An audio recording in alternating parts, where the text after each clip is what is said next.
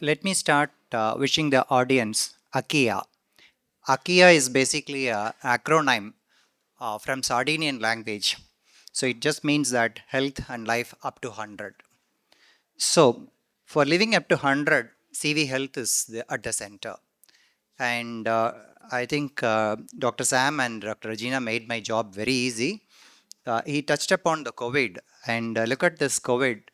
During the COVID time also, it was the cardiovascular death which was heading, and we were all discussing about COVID. Unfortunately, we don't celebrate cardiovascular disease, okay, and that calls for a population level code blue. So this is a term which needs to be popularized. We all know code blues in the hospital. This is a population level code blue which needs to be called. We have so much of advances in medicine right now, talking about medications for the heart disease, stenting for the heart disease, surgery for the heart disease. But despite that, we all have a very high risk. There is something called as a residual risk. We are all used to seeing studies saying that this medication reduces the heart disease by 30%, 40%, the rest of which is called as residual risk. And look at this compilation. The ones in the red, I'm sorry, the ones in the red are actually uh, the reduction by means of treatment, what the hospital offers to you, and the rest of it is actually the residual risk. Most of it is reduced by lifestyle modification. So, what sort of a lifestyle modification is required? That is basically on the dietary risk because that contributes to around 56% of the daily in India.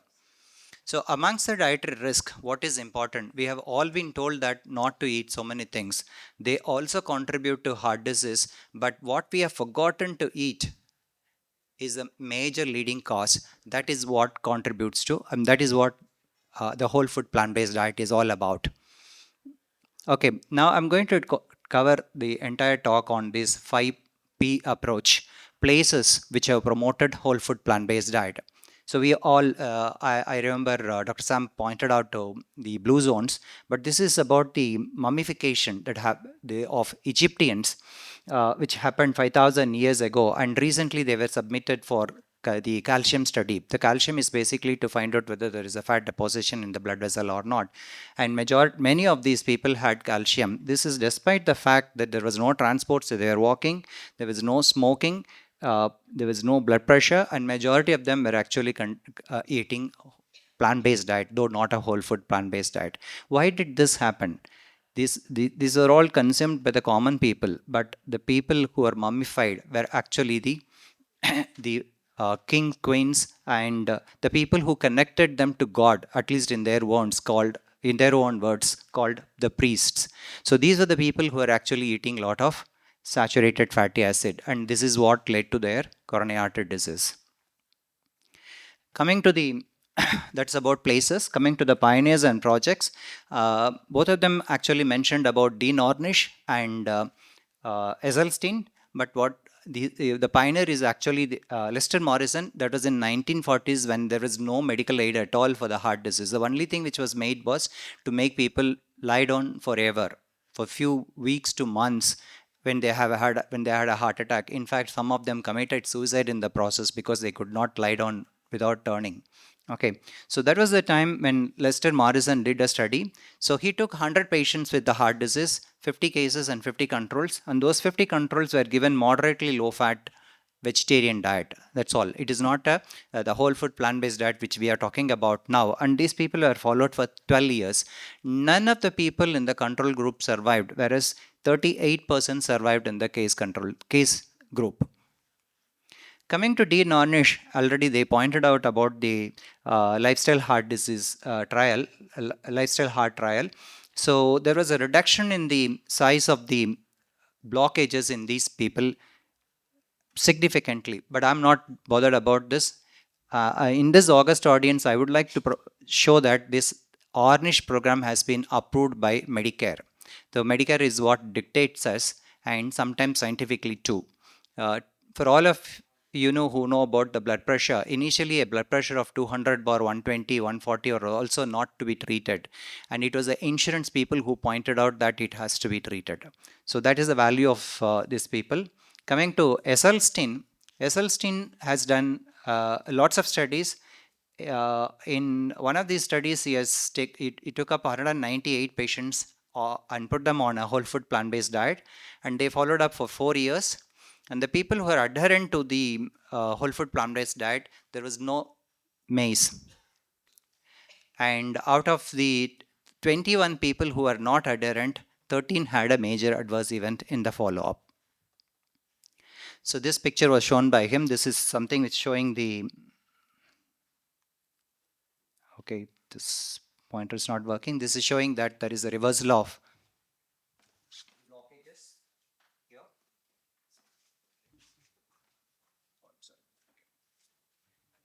So this is where the blockage is. Following the diet, they showed a nearly healthy artery in these patients. Okay, the one study which has to be quoted in this context is about the Mount Abu open heart trial, which was done in Rajasthan. So that they have included the whole food plant-based diet as well as the Raja Yoga in these patients, and they also showed a similar improvement in the lesions. And of course, Dr. Rajina touched upon all these things. Then came the concept of plant-based dietary index. Healthy and unhealthy plant-based dietary index have shown that in the red, that means there is decline. There is an increase in the mortality with every 10 unit increment, and the one in green shows that there is a betterment in the mortality when we have a 10 unit increment in the healthy plant-based dietary index. Pathways, how does this plant-based diet work? The 6 pillars were elaborated by Dr. Sam, but here I'm focusing on eating alone. Eating actually makes you, eating a healthy plant-based diet makes you exercise better, and the healing following the injuries makes also heal better. And of course, we had a discussion on the sleep and stress. And it is said that people who are into the habit of smoking and alcohol, when they resort to healthy plant-based diet, they can give up better. And the relationship part, I would here connect to more to the environmental aspect. Well, everybody knows that I don't need to elaborate on how the conventional risk factors are taken care of by the whole food plant-based diet. I would like to focus on certain unique risk factors. This morning we were hearing about the oxidized LDL, and this Taiwanese study said that LDL in vegetarians is less oxidizable. You heard this morning, isn't it? LDL is not that as pathogenic as oxidized LDL. And the second point which I would like to focus is on the LDL forms, that is the small density LDL. And this is a small data from our source. We had 442 patients analyzed, and out of, 442 patients with MI, out of which 148 had normal cholesterol at the time of presentation, and out of the 148, 25 had a very high small density LDL. Why am I mentioning this? The SDLDL is not actually acted upon by the statins, and whereas the whole food plant-based diet brings it down. The other unique risk factor is the lipoprotein A, which is not talked about much, though a lipoprotein A is more dangerous than an LDL. Okay, so lipoprotein A is not brought down by statins. Paradoxically, it is actually increased. We all praise statins. I'm not against statins. I'm not for statins either. But the lipoprotein A is actually increased by the statins. This is stat from our electronic medical record of a patient who had a bypass surgery but continued to have symptoms within 1 month of the surgery. And this, when she came to us, her LPA was 220, which is brought down by 50% by just the whole food plant-based diet. Well, when we talk about dietary changes for the heart disease, everybody talks about the calorie restriction, and we all know, unfortunately, sometimes it is mistaken for a portion control also. So, coming to this calorie aspect, this is again from Esselstyn, that is forks over knives. You can also go through this. So, for 500 calories prescribed, you can take a whole stomach full of whole food plant-based diet. Whereas if you are going for a refined diet or animal product, you are not even going to fill 1/10 of your stomach. Another interesting thing is about the trimethylamine oxide. Some of you might be exposed to this. This is basically a metabolite of the gut microbes. See, based on what you take, the animal products are the ones which promote the production of trimethylamine oxide. So that can result in heart disease, the stroke, that can result in heart failure as well as some rhythm abnormalities in the heart. I would like to point out the importance of this trimethylamine oxide by a small study which was done in our hospital, where 44 patients with heart disease, they were evaluated for their all the risk factors along with the TMAO. So TMAO was elevated in all the 43 out of 44 patients, whereas 16 patients did not have any conventional risk factors. 16% of the patients did not have any of the risk factors which is commonly talked about in the hospitals, like hypertension, diabetes, all those things. And we followed up these patients for 2 years. There was a tendency to have higher major adverse cardiovascular events for people who had a higher trimethylamine oxide. The one thing which is conveniently forgotten in our day-to-day life is endothelial dysfunction. You heard about a bit this morning. So the endothelium is the one which gets disrupted. We were talking about the early onset of obesity, early onset of diabetes, all the NCDs in youngsters. That's all because of the endothelial dysfunction. And as the disease progresses, in every stage of atherosclerosis, it is the endothelium which plays a major role. And we actually do not talk about endothelium to our patients at all. And look at the sources of nitric oxide. Endothelium, the job of endothelium is basically to produce nitric oxide, and with aging, the endothelium does not produce, so it has to be substituted by your diet. And looking at the diet, it is the basically the vegetables which give the very high nitrate source, whereas the animal source do not have this at all. Look at this classification based on the nitrate content, and some of these things I've not heard, I have not seen. So where is the study from Indians? Before anybody asks me, I would like to say that it is important that we start, because there are at least 52 types, 50 plus types of greens and herbs available in our population, and we don't have major studies with that. Okay, so we all know when a patient has a heart attack, we put in a stent and we believe that everything is cured. But there is something called as a restenosis, because the endothelium grows inside the stent which was been put inside. So this was a study, nitrate OCT study, where people were randomized and given one arm was given 70 ml of beetroot juice. The other arm was given nitrate depleted similar looking beetroot. Okay, so look at this. This is a major cardiovascular event difference. The one which very less events in the nitrate group, and the placebo group had a very high mortality. And this is at the end of 2 years.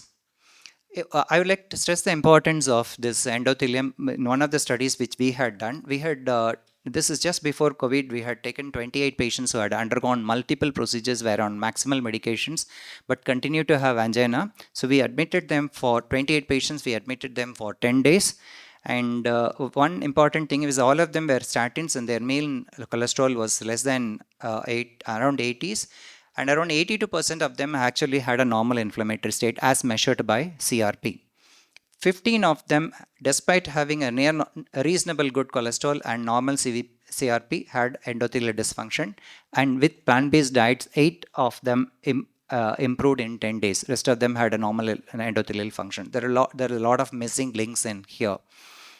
But endothelial function is not 100% set right by any of the procedures. That's what I would like to emphasize on. This is a primary prevention data from our comprehensive health checkup. You all know that CT coronary calcium is the one which is advised to find out subclinical atherosclerosis. So we had one arm, how many of the patients had CT coronary calcium? In the other arm, all the variables which we have, that is your sugar, cholesterol, everything else, everything. And the best correlation with the CT coronary calcium actually came up from endothelial dysfunction. So after the 132 people who had CT coronary calcium, 116 actually had endothelial dysfunction. Well, in one another interesting way whereby the diet contributes to health, cardiovascular health, is that the plant-based diet has intrinsically lot of salicylates. Look at this source. The people who consume lots of herbs and spices have a higher salicylic content. And the vegetarians have an advantage of starting off with the 75 milligram of aspirin from the whole food plant-based diet. Well, this part I think you heard in the main hall about the mitochondrial protectors. So the mitochondrial defective mitophagy actually ensures that there is a lot of ROS produced, which induces the chronic inflammatory state and endothelial dysfunction, which can be offset by Mediterranean diet. And we had a talk, I mean, we had some discussion on the telomeres from both Sam and Regina. And the telomere length can be elongated by various plant-based diet. So this is another study showing that the inflammatory markers are high in vegetarians and low in, high in omnivores and low in vegetarians. And this is another thing to say that the heme ion is predominantly in animal sourced food. So if you are going to take a lot of heme ion, that's very common in Indians actually. So it's a general myth that people who are anemic should consume a lot of non-veg, and it is the heme ion which actually promotes CVD. The common, well, I'll possibly skip this. Now, the CVD and longevity, all whatever I have spoken are basically ones which will act either through the inflammatory pathway or through the endothelial dysfunction or the lipid peroxidation and platelet dysfunction. All these things act in one of these pathways, and it could be offset by whole food plant-based diet. The various mechanisms, again I'll slip this slide. I'm coming to the last bit of my presentation, that is on preventive guidelines. We all depend on the guidelines set by the Westerners. Are the Westerners actually talking about whole food plant-based diet? Like what Dr. Sam said, the cardiologists may not be aware of this unfortunately, but both the European Society of Cardiology and the American Heart Association actually prescribe whole food plant-based diet. Look at this, they have said whole, minimally processed, fruits and vegetables, and proteins from plants. Actually, this is what they prescribe, but we fail to go through this. And various guidelines from variety of countries have shown whole food plant-based diet as it is complete, it is for all walks of age, it is something which is reducing the NCD, it protects immunity, and see, the Belgium says that we can have calcium without dairy. Just few seconds, sorry for that. So the pearls, the last P is basically the whole food plant-based diet promotes reversal of atherosclerosis without major side effects, and it augments the effects of medications and interventions which the cardiologists prescribe, and is hence useful for the longevity. So the research questions from my side, I'm not going to any of those complex things which were discussed in the main hall because I'm not into it. But for a common clinician like me, I would like to know which of the herbs and greens of India promote endothelial function, and in which order and in which form. Gut microbes, the majority of the studies are from the Westerners, and we just did on 48 patients because of the lack of fund. And what are going to be the non-costly, non-invasive screening modalities for CVD in India, because the one which we follow for the endothelial dysfunction is pretty costly. And finally, I just like to end up with this. What is the other meaning of Akiya?